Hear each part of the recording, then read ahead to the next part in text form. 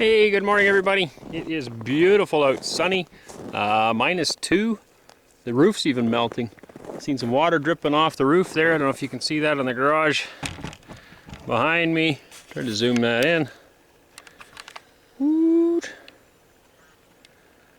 Not really. Anyway, there's water dripping off the roof. It's so nice out here right now. I was told we are out of beef. Well, we have been out for a while. I guess we've been eating lots of pork and chicken, and we'd like a little bit more beef, so we're going to harvest one of our calves today.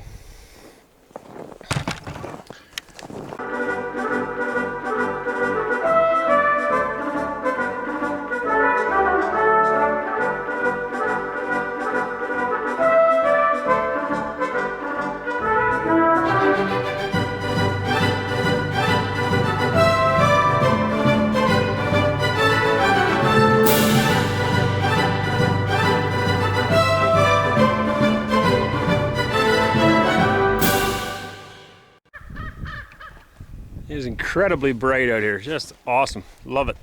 Wish all winter was like this. It would be a lot more tolerable. So I got all the critters out here. My preference would be to, if you can see them way over there. Maybe I'll just take a walk over there and I'll show you there. So we have a whole bunch of these Jersey calves that are not, well, they're not very big yet. They got a long way to go yet. The plan for those, we bought them to, we sold some already to other people that wanted them as calves. And the rest of them we're raising for meat for ourselves, but also to sell. So we have one bigger one. It's an Angus cross. That's the one right there, the children named Piggy, that we would like to eat. But we also want him to breed our cow. And I thought she was bred already, but it wasn't too long ago in one of the in the horse video we did. I talked about that a little bit, how there's Buttercup right there, that's our cow. She was still in heat, so obviously not bred. And I'm hesitant to harvest him because I don't know, all the other guys aren't old enough to breed. And I don't know of another bull around here that I could get. So the idea is that he does the job first and then we eat him. And so that's why I'm kind of hanging off, waiting to make sure Buttercup is actually bred before we do that, because we like her for all her milk for butter and cheese and everything else as well. So I'm going to take one of the biggest Jersey calves I've got, one of those guys right there. I'm going to coax them all over with some grain to the fence. We feed them a little bit of oats, not a lot. Mostly they just eat hay. We prefer to stay as close to grass base as we can. But I'll coax them over and we're going to harvest one of the bigger ones. Won't be a lot of meat, but definitely a lot more than I got off the deer. And maybe something to put in the freezer at least.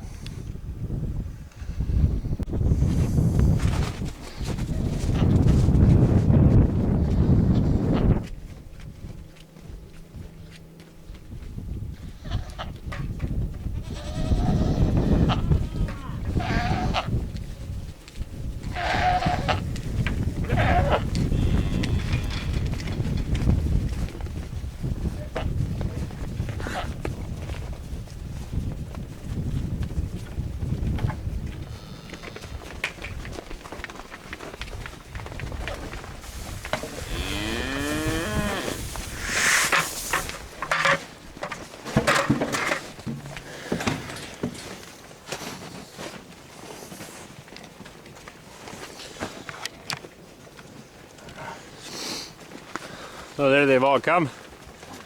One lonely straggler out there yet, but they're all over here now. So we'll try to isolate the nicest one and put them in the freezer. So anybody's not into the whole meat eating thing, I don't recommend you watch this video, as we will be harvesting it and as a family putting it in the freezer. So just a cautionary note there, I guess, if you're not into that. I don't recommend you watch this.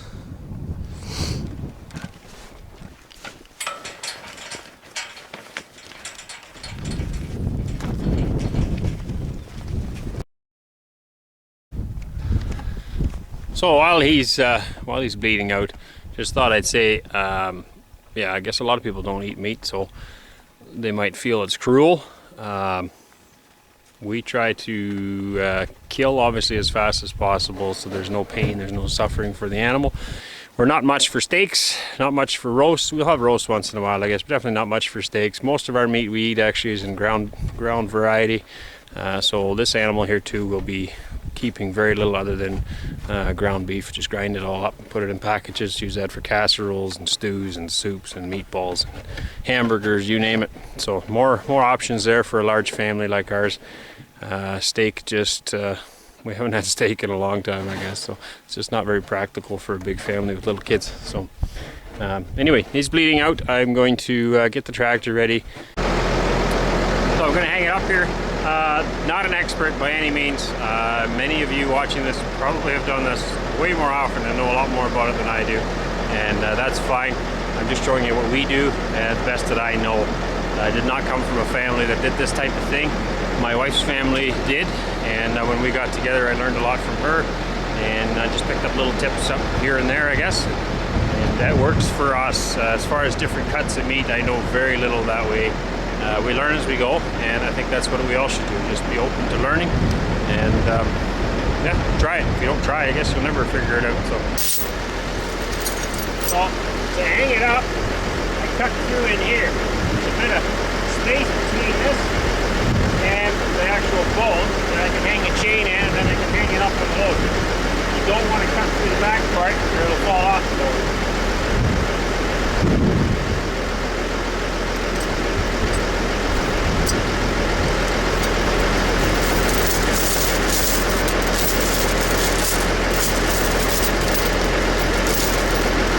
I like to tie it up so that the belly's hanging out towards me. I just find it easier to work on that way. On a side note, take a look at lovely Buttercup. Anybody that's never shot a cow, you want to do it in like as little pain as possible. You want to drop that cow. So you're making an X from the ear to the eye, from the other ear to the eye. Where that X overlaps, right there you want to shoot, and then don't aim down, but aim kind of up, straight into the spine type idea, and then you'll get them right in the brain and they'll drop 100% of the time. Okay, I went to get a pail of water. I like that, just having some warm water around to wash my hands. Then we'll get started at this stuff. It is warm. I'm gonna join it up.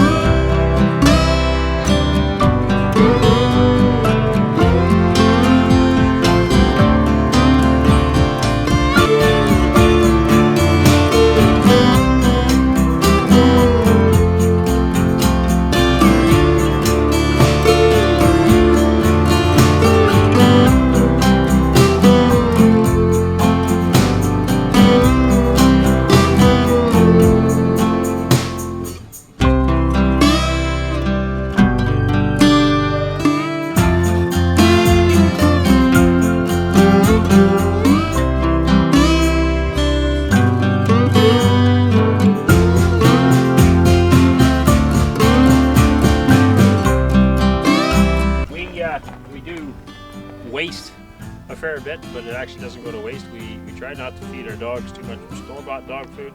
Again, I guess it's part of the whole being self-sustaining. So we feed almost all meat to our dogs.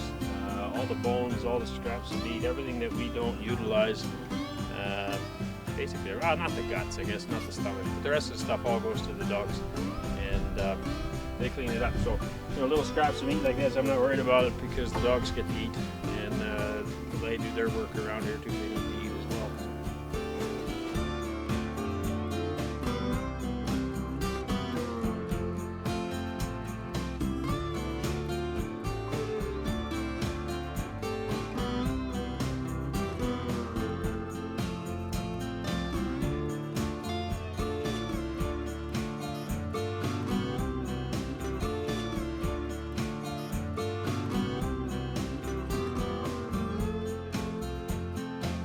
It's like a kid getting pajamas on for bed. It takes a lot longer than you think it should.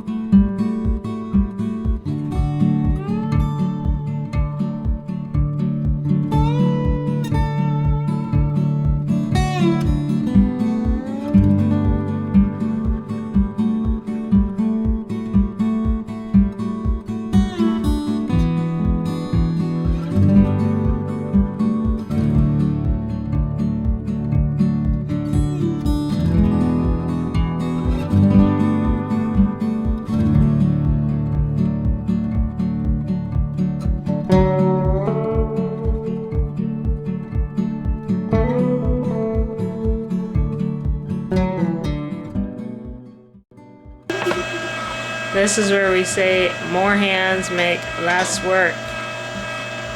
Everybody has a job and they're doing it well.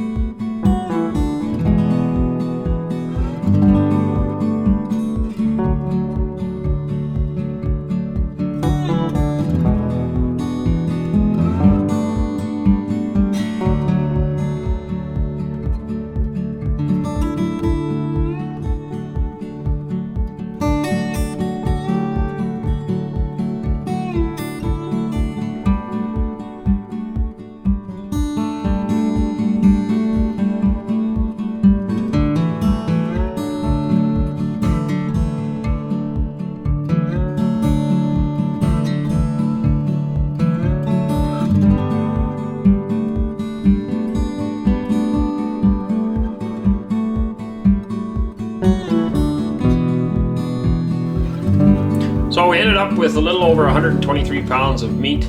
That's boned out, just meat, which worked out to